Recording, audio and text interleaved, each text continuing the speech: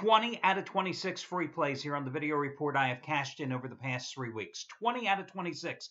5-0 sweep the past 2 days alone. 3-0 sweep yesterday. And you know what it means? Absolutely nothing. Oh, listen, I'm glad I'm winning the free plays for you. And as I've always told you, I do exceptionally well with free plays. The problem with free plays, however, is I'm not making money on them. I'm not betting them. Because the free plays are what I always refer to as being the best of the worst. Games that for one reason or another I don't use as a best bet because they're flawed just slightly. So I give them out as free plays. And yesterday, I give you free play winners on North Carolina, on Michigan State. Midstream during yesterday's report, I decide, let me not give you Kansas, who ultimately blows a double-digit lead and fails to cover against Baylor, and instead I switch off to West Virginia, who miraculously gets you the half-point cover against Oklahoma. And why is this an issue? Because yesterday, my best bet, the 15th time ever in my career, I had a 20-dime release in college basketball, and who did I use? The Indiana Hoosiers. Hell, I should have used the Indiana Pacers. Oh, geez, what a horrible game by Indiana. I don't care that they were up by 5 going to the line on the front end of one-on-one and missing it late. I mean, listen, they had no right to cover yesterday. But they lost the damn game outright to a bad Michigan team. I'm telling you, if these guys played 22 more times the next 22 days, Indiana would win that game and cover probably 20 of those times. Just a horrible, horrible, horrible play. It doesn't matter that I was 6-2 with those releases so far this season because all that matters is yesterday. And that means today I better win. But I've got 2 more complimentary plays coming your way as well. I'm going to take a look at the Big Ten showdown in the semifinals at Indianapolis between the game between Michigan State and Maryland, one of the best games, I think, on today's card. I'm also going to take a look at your game between I'll do the Temple game against UConn in the AAC tournament as well. Those are coming up in just a moment. Of course, listen, I failed yesterday, but you know who won again, and who I'm referring to is Trace Adams. Over the past 5 months, exactly 5 months, this guy has made $1 bettors. It's amazing. I'm going to get you the exact number, $57,400, because he swept again yesterday. Double your wager winner again yesterday. Kentucky blasting Alabama on the heels of Seton Hall over Creighton on Thursday. On the heels of Holy Cross, a 10-point road dog outright over Lehigh on Wednesday. On the heels of last Sunday's winner on Northwestern over Nebraska. Last Saturday's winner on Ole Miss in a road rout of Tennessee. They were all double your wager winners, and today as double your wager winner number 22 out of 29 as he goes for winning day number 34 out of 55. But all the numbers mean just one thing. $1 bettors have made over 57 grand following his plays over the past 5 months. And again, save $55 today simply by using coupon code ADAMS, ADAMS, is your discount code. Steve Buden's college crew, well, not necessarily college crew, but his Cali Cartel crew, going for 100-dime winner number 3 in a row with only their 6th college basketball release of the season.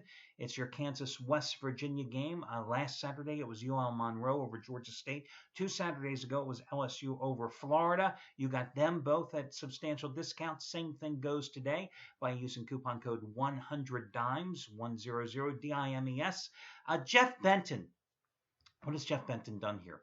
Top-rated 100-dime plays, 13-4 over the past 3.5 weeks, 13 out of 17. You've got in every single one of them for at least half price off. Today, one and only 200-dime college game of the year. 200-dime college game of the year. Biggest play in any sport this year. Atlantic 10 lock, Dayton and St. Joseph's. It's the half-price play of the day. As I continue to show you, you don't have to spend big money to make big money. And all you got to do is use coupon code LOCK, L-O-C-K. Remember, with this being Saturday, there is a money-saving discount coupon code that could potentially save you hundreds of dollars off your total purchase price. Repeat after me as quickly as I'm going to say it. 22%, 22%. That'll save you 22% off your total purchase price. It's a mix-and-match coupon, which means you can use it for any combination of handicappers, picks, and/or packages. But It's a one-time usage coupon, which means you can't come in and get Jeff Bennon's big play and 3 hours later come in and get Trace Adams. No, you got to put everything in your shopping cart at one time to maximize your savings. If you happen to be involved in a long-term package with any of the handicappers and you want to maximize your savings, you can use that 22% discount coupon. If any instant replays are available, they are applicable as well. Again, 22% PERCENT. If you ever have any questions, you can always contact customer service. So let's move on to the complimentary plays. I'll do these in reverse chronological order.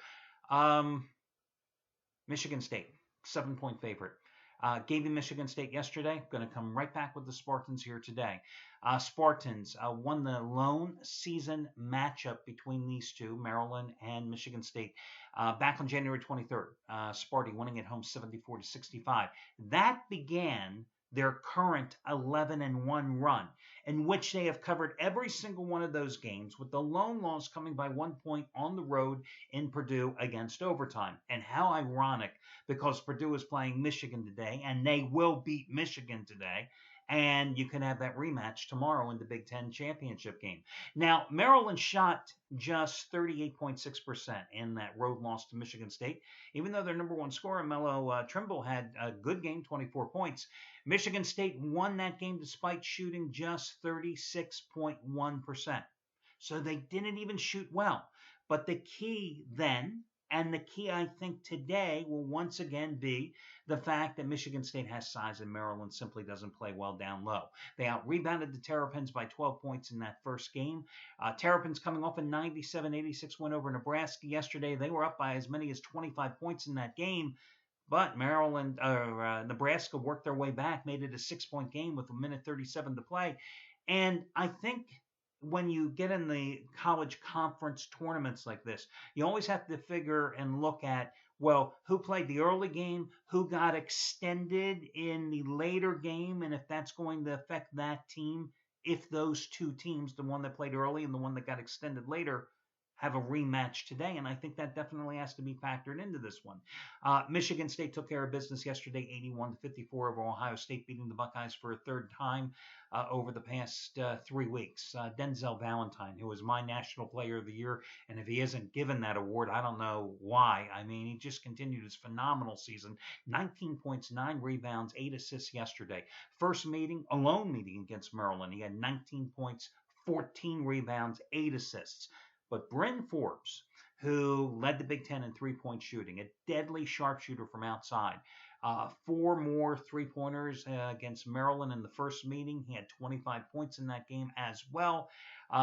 Matt Costello in the first game, who was playing with a sprained ankle and wasn't even expected to play. Their center had 15 points and 3 blocks and I think 10 rebounds in that first meeting as well.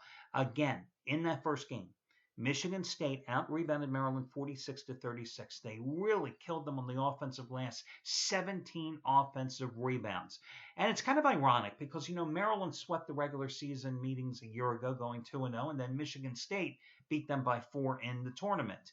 You got a Michigan State team that is one of the nation's top scoring teams, almost 81 points a game. One of the best shooting teams, nearly 49% from the floor. One of the best three-point shooting teams, nearly 44% from the floor.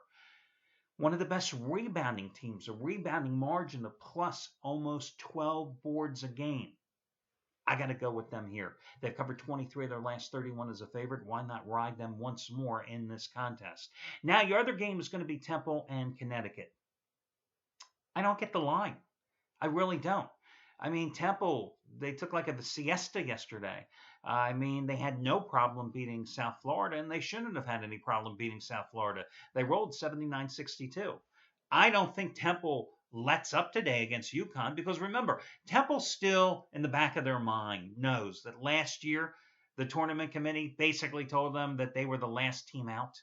That's why they sat and didn't get their big dance ticket punched a year ago. They want to win this tournament, and I think they can. And I think they're going to take care of business against Connecticut yesterday. Now, Connecticut played that 4 overtime game against Cincinnati yesterday.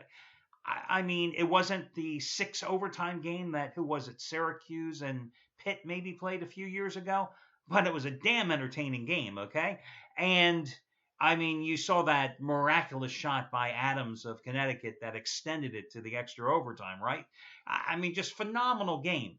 How do you get up off the floor less than 24 hours later? You played the later game yesterday. After that emotionally, physically, and draining game and beat Temple. I just don't see it happening. And get this, the Owls are 1.5 to 2 point underdog. They were a 3 point underdog on the overnight card. I was stunned. I just couldn't believe it. So I'm going to go with Temple here. Listen, Connecticut had 5 guys play over 43 minutes yesterday. Meanwhile, Temple yesterday, they had a cakewalk against South Florida. So I think you got to go with Temple on this one. So Michigan State and the Temple Owls are going to be your 2 complimentary plays in this one. Good luck, everybody, and I'll catch you again tomorrow when we do this one more time.